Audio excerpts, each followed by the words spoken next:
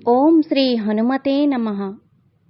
మనం ఏదైనా ఆపదలో ఉన్నప్పుడు, లేక ఏ నిర్ణయం తీసుకోవాలో దిక్కుతోచని పరిస్థితుల్లో ఉన్నప్పుడు, మనసు దుర్బలంగా ఉన్నప్పుడు ఒక్కసారి ఈ మంత్రాన్ని నమ్మకంతో పఠించి స్వామికి కొబ్బరికాయ, పంచదారను నివేదించి నమ్మకంతో ముందుకు వెళ్ళండి. ఒక్కసారిగా మీ మనసు తేలికపడి యథార్థమైన త్రోవ బోధపడుతుంది.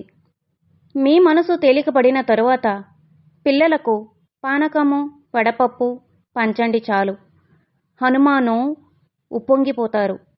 ఇది సుందరకాండలో స్వామి హనుమ ఇక్ష్వాకు వంశాన్ని, మన తండ్రి రామయ్యను, లక్ష్మణుడిని, సుగ్రీవుడిని కీర్తిస్తూ సీతమ్మకి నమ్మకాన్ని కలిగించి లంకా దహనం చేసినప్పుడు ఆనందంగా తన స్వామి వైభవాన్ని కొనియాడుతూ పని పూర్తి చేసుకొచ్చిన అద్భుతమైన మంత్రం.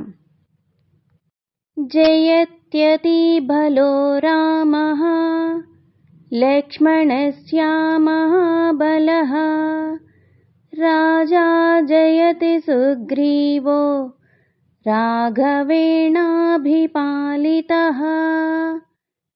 నమోస్తు రామాయ సలక్ష్మణాయ తథా పితుర్మే జనకస్య రాజ్ఞః దాసోహం కౌసలేంద్రస్య రామస్యాక్లిష్టకర్మణః హనుమాన్ శత్రుసైన్యానాం నిహంతా మరుతాత్మజః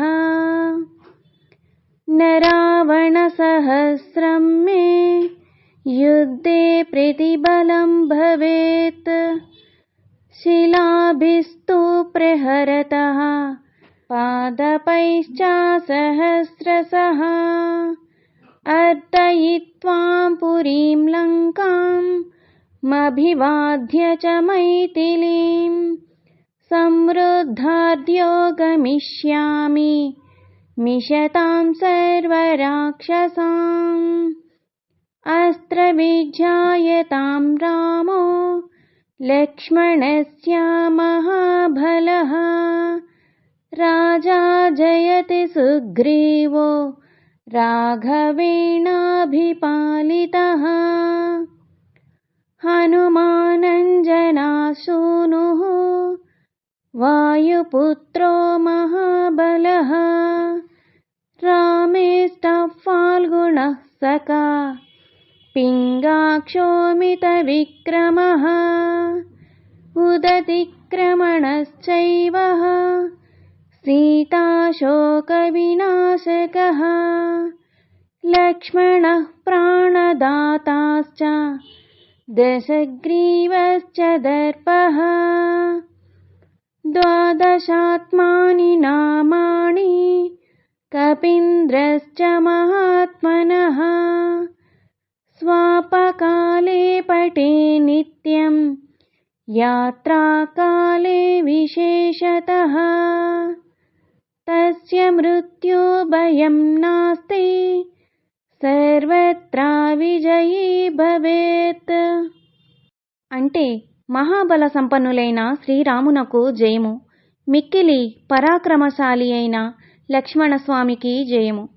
శ్రీరామునకు విధేయుడై కిష్కింధకు ప్రభువైన సుగ్రీవునకు జయము.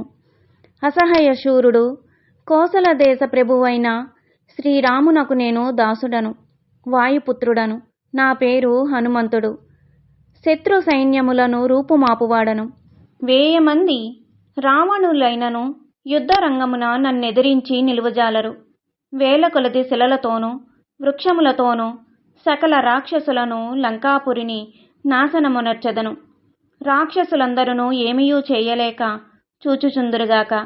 నేను వచ్చిన పనిని ముగించుకొని సీతాదేవికి నమస్కరించి వెళ్ళెదను. ఇది పఠించిన వారికి జయము తథ్యం.